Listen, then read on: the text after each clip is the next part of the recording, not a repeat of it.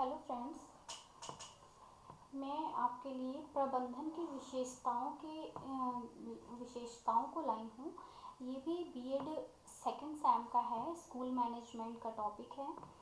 इसमें मैं आपको बताऊंगी कि प्रबंधन की विशेषताएं कौन कौन सी हैं, उनको हम लोग विस्तार में पढ़ेंगे।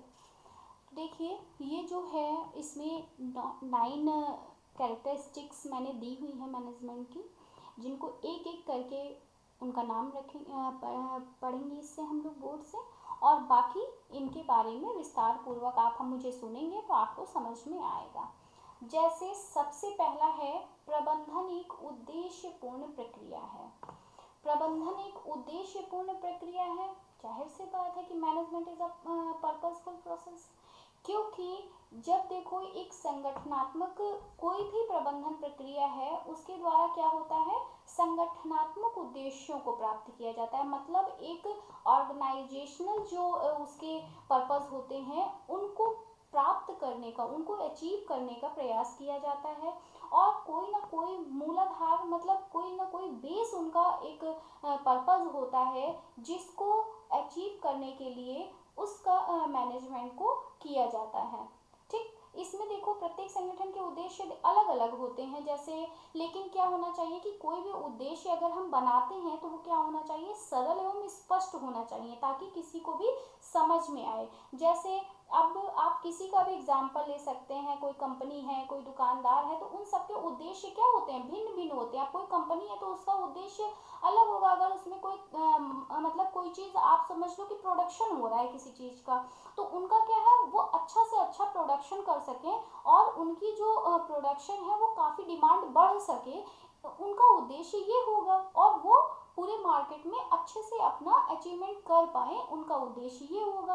लेकिन एक दुकानदार का क्या है कि उनके कस्टमर जो है वो संतुष्ट हों और उन्हीं के पास दोबारा आए, उनका ये उद्देश्य होगा और उनकी बिक्री बढ़ जाए, है ना। सेकंड है कि प्रबंधन सर्वव्यापी है।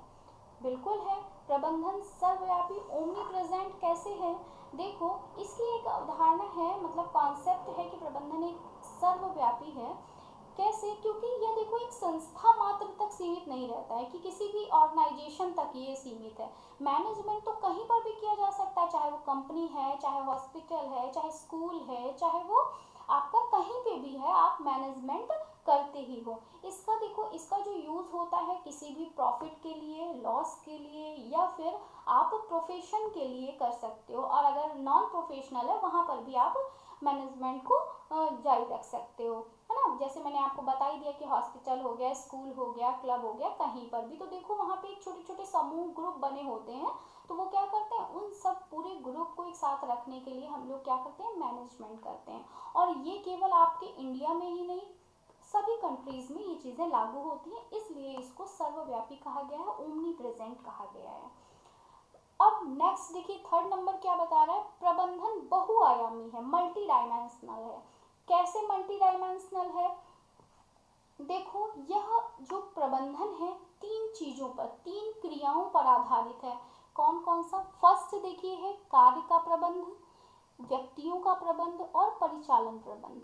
मतलब फर्स्ट है कि आप वर्क को मैनेजमेंट कैसे कर रहे हैं, आप जो आपके वर्कर्स हैं उनका मैनेजमेंट कैसे कर रहे हैं, और जो आपका प्रोडक्शन है उसका मैनेजमेंट आप कैसे कर रहे हैं। तो इन तीनों चीज़ों को ये इंपॉर्टेंस दी गई है, इसकी प्रोसेस है ना, क्रियाएं हैं इसकी।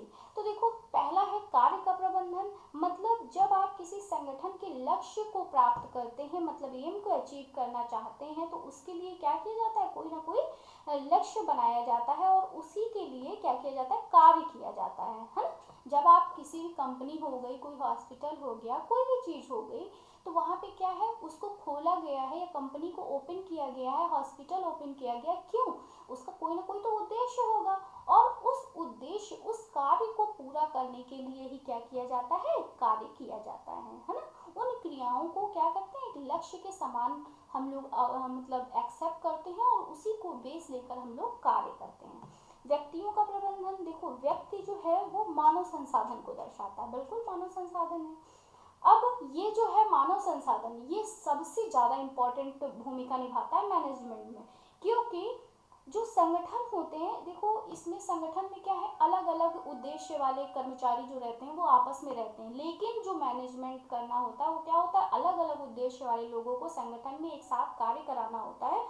वो बहुत बड़ी एक चीज़ है कि हम अलग अलग उद्देश्य वाले व्यक्तियों को एक संगठन में कार्य करा रहे हैं और उनसे उस कार्य को पूरी निष्ठा के साथ हमें लेना है। और इसमें देखो दो आयाम होते हैं, पहला कर्मचारियों की व्यक्तिगत आवश्यकताओं का ध्यान रखना और दूसरी है व्यक्ति के समूह की देखभाल रखना। अगर आप कर्मचारियों की व्यक्तिगत आवश्यकताओं को ध्यान देंगे तो उसमें द्वंद्व नहीं आएगा, और व्यक्तियों के समूह की देखभाल करेंगे तो वो जो ऑर्गेनाइजेशन है, वो जो संगठन है वो बना रहेगा। उसके बाद थर्ड नंबर है परिचालन प्रबंध। इसमें क्या है कि कोई भी चीज़ है, आप उसका प्रोडक्शन कर रहे हैं, उत्पादन चक्र की क्रियाओं को दर्शाता है। जैसे कोई भी आप प्रोडक्ट है उसको खरीद रहे हैं, उसको बेच रहे हैं, उसको निर्मित कर रहे हैं, अर्ध निर्मित कर रहे हैं, पूर्ण निर्मित कर रहे हैं। मतलब आप एक तरीके से ये समझ लो कि इसमें ये किया जाता है कि किसी भी कार्य को कैसे किया जाएगा और कौन करेगा, कैसे करेगा। इस जो आपका मल्टी डायमेंशनल है, इसमें ये होता है कि कोई भी कार्य आप कैसे करेंगे, है ना। फर्स्ट है कि किस प्रकार का कार्य किया जाएगा, मतलब कौन सा कार्य किया जाएगा, और कैसे किया जाएगा, और उसे करेगा कौन। ठीक। फिर फोर्थ है कि प्रबंध एक सतत प्रक्रिया है, मैनेजमेंट है कॉन्टिन्यूअस प्रोसेस। बिल्कुल भाई, कॉन्टिन्यूअस प्रोसेस है। कैसे? प्रबंधन एक निरंतर एवं कभी ना खत्म होने वाली प्रक्रिया है, क्योंकि प्रबंधन के जो सभी कार्य होते हैं वो निरंतर रूप से किए जाते हैं, है ना। क्योंकि देखो इसमें नियोजन होगा, संगठन होगा, कर्मचारी की नियुक्ति होगी, निर्देशन होगा, नियंत्रण होगा, तो ये चीजें कभी भी बंद नहीं होती हैं, है ना। अगर हमारे यहाँ देखो कर्मचारियों की कमी पड़ जाती है तो हम उसको बार बार फिलअप करते रहते हैं, है ना, फिलअप करते रहते हैं। या फिर हमारा जो प्लानिंग है, हम लोग मतलब टाइम के हिसाब से, कंडीशन के हिसाब से अपनी प्लानिंग को चेंज करते रहते हैं। ऑर्गेनाइजेशन में हमें इस कैंडिडेट की नहीं, इसकी कैंडिडेट की ज़रूरत यहाँ पे है, हमने उसको वहाँ लगाया, दूसरे की जहाँ ज़रूरत है उसको मतलब चेंजमेंट करते रहते हैं। तो ये क्या रहता है, कॉन्टिन्यूअस प्रोसेस है, मतलब ये क्रियाएं लगातार साइक्लिक प्रोसेस में चलती ही रहती हैं। फिर नेक्स्ट है 5 नंबर, प्रबंधन एक सामूहिक क्रिया है। प्रबंधन एक सामूहिक क्रिया है। हाँ भाई, सामूहिक क्रिया है ही, क्योंकि क्या है, इसको हम एक ऑर्गेनाइजेशनल वे में करते हैं, मैनेजमेंट ऑफ कलेक्टिव एक्ट। मतलब प्रबंधन सदैव प्रबंधन क्रियाओं में व्यक्तियों के एक समूह को सम्मिलित करता है। देखो अगर हम कोई प्लानिंग करते हैं, कोई भी ऑर्गेनाइजेशन है, वहाँ पे कर्मचारियों के, अब देखिए स्कूल है, वहाँ पे भी तो एक ऑर्गेनाइजेशन है। वहाँ पे देखो स्कूल में मैनेजमेंट, फिर प्रिंसिपल, फिर वहाँ पे टीचर्स, फिर वो 4th क्लास एम्प्लॉय सारे रहते हैं। उसी तरह हॉस्पिटल में होता है, वहाँ पे भी मैनेजर होगा, डायरेक्टर होंगे, उसके बाद जो डॉक्टर्स रहते हैं वो होंगे, वहाँ पे भी 4th क्लास एम्प्लॉय आएंगे। तो देखो ये सारी चीज़ें जो है, ये एक ऑर्गेनाइजेशन है, पूरा पूरा ऑर्गेनाइजेशन बना रहता है, और उसमें डिवाइड रहता है कि हम ये इस कार्य के लिए इसको नियुक्त किया गया है। जिस इंसान का जो कार्य रहता है वो अपने कार्य को पूरा करता है, इसलिए मैनेजमेंट को एक कलेक्टिव एक्ट कहा गया है, सामूहिक क्रिया कहा गया है। देखो सभी की भूमिका, सभी की स्थिति, सभी का डिपार्टमेंट अलग अलग होता है। कोई भी टीचर है तो वो टीचर का ही काम करेगा, पढ़ाएगा ही, अपने डिपार्टमेंट का काम देखेगा। और अगर मैनेजर है तो वो मैनेजमेंट का ही काम देखेंगे। और अगर वहाँ पे 4th क्लास एम्प्लॉय है तो उसको जो कार्य दिया जाएगा वो उस चीज़ को देखेगा। टीचर पढ़ाने का कार्य करता है, डॉक्टर किसी भी मरीज को स्वस्थ करने का कार्य करता है ना। इसी तरह सभी के कार्य डिवाइड होते हैं और उसी के ऑर्गेनाइजेशन में वो फिट बैठते हैं। उसके बाद 6 नंबर है, प्रबंधन एक गतिशील कार्य है। Management is a dynamic process.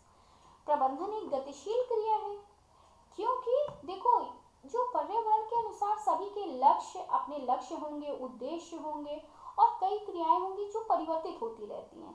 तो जब जो हमारा समाज है वहाँ पे क्या होता है, सामाजिक, आर्थिक, तकनीकी, राजनीतिक वातावरण का प्रबंधन पर अत्यधिक प्रभाव पड़ता है, बिल्कुल प्रभाव पड़ेगा। तब क्या होगा, उन सब चीज़ों को, कभी कोई चीज़ अच्छी हो रही है, कभी कोई चीज़ खराब हो रही है, तो हमें क्या करना है, जब उस पर हमें जैसा भी परिवर्तन ठीक लगे, है ना, जैसे वातावरण में परिवर्तन हो रहा है तो उसी तरह जो हमारा संगठन है, ऑर्गेनाइजेशन है, उसके अनुसार मतलब परिस्थिति और समय के अनुसार हमें धीरे धीरे उनमें भी परिवर्तन करना चाहिए, और ताकि उसमें क्या हो सके, सुधार एवं गतिशील रहना पड़ता है। सुधार करोगे तभी वो एक प्रोसेस के थ्रू चलती रहेगी और उसमें क्या होगा, एक मूवमेंट बना रहेगा। तो इस प्रकार हम देखते हैं कि प्रबंधन जो है वो एक डायनेमिक प्रोसेस है। फिर 7वां नंबर है, प्रबंधन एक अमूर्त प्रक्रिया है। अमूर्त मतलब इंटेंजिबल है प्रोसेस। मैनेजमेंट कैसा प्रोसेस है, इंटेंजिबल प्रोसेस है। जैसे देखो, प्रबंधन प्रक्रिया को भौतिक रूप से नहीं देखा जा सकता। बिल्कुल, क्या आप उसे देख सकते हैं कि मैनेजमेंट क्या है? आप ऐसी तो प्रक्रिया है नहीं कि आप उसे छू सकते हैं, उसे देख सकते हैं, लेकिन क्या परंतु इसकी उपस्थिति को अनुभव किया जा सकता है। देखो, कहीं पे भी आप जाते हैं, बहुत ज़्यादा एकदम ट्रेडिशनल और एकदम ऑर्गेनाइजेशनल वे में वर्क हो रहा है, मतलब ऑर्डर एक ऑर्डर में वर्क हो रहा है। आप कहीं भी किसी इंस्टीट्यूट में गए और वहाँ पे बिल्कुल जाते ही आपको पहले गेट पे पहुँचे, वहाँ चौकीदार मिला, उसके बाद उसने पूछा आपसे कि आपको कहाँ जाना है, किस डिपार्टमेंट में जाना है, आपने बताया हमें इस डिपार्टमेंट में जाना है। कोई एक कैंडिडेट है, वो आपको लेकर वहाँ तक गया कि ये आपका डिपार्टमेंट है, आपने इस डिपार्टमेंट में आने के लिए कहा, तो वहाँ तक लेके गया। उसके बाद रिसेप्शन मिला, वहाँ पे आपने देखा। उसके बाद आपको जिस डिपार्टमेंट के उससे बात करनी थी तो उस हेड के पास ले जाया गया, आपने उससे बात की, जो भी बातें थी आपने उससे करी। फिर अगर आपको वहाँ पे एडमिशन लेना है या आप जिस भी कार्य से गए उस कार्य को करने के लिए, तो क्या आप कहेंगे कि अरे वाह, यहाँ का मैनेजमेंट तो बहुत अच्छा है। तो आपने क्या किया, उसे फील किया, उसे अनुभव किया, उसे एक्सपीरियंस किया। इसकी देखो एक मतलब कार्यात्मक वातावरण, समन्वय और सुव्यवस्था को देखकर अनुभव किया जाता है। वही जैसे मैंने आपको बताया कि आप किसी भी ऑर्गेनाइजेशन, किसी भी हॉस्पिटल, स्कूल, या फिर आप इवन मतलब किसी भी एनजीओज में भी अगर चले जाते हैं तो देखिए कई कई एनजीओ बहुत बड़े होते हैं, जो आपको लगता है कि नहीं, अरे वाह, कितना अच्छा से इन्होंने अपना सेटअप किया हुआ है। किसी कॉलेज में जाते हैं तो कहते हैं अरे वाह, यहाँ का मैनेजमेंट कितना अच्छा है, देखो सब कुछ एकदम सेटल है ना। हमें और अगर आप गए रिसेप्शन पे बैठे तो कोई पानी ला रहा है, कोई ये पूछ रहा है, कोई आपसे पूछ रहा है, तो ये सारी चीज़ें क्या हैं, ये आपके अच्छे मैनेजमेंट को दर्शाती हैं। और इन्हीं सब चीज़ों को लोग फील करते हैं और महसूस करते हैं, अनुभव करते हैं, तभी वो कहते हैं कि नहीं, इस जगह का मैनेजमेंट बहुत अच्छा है।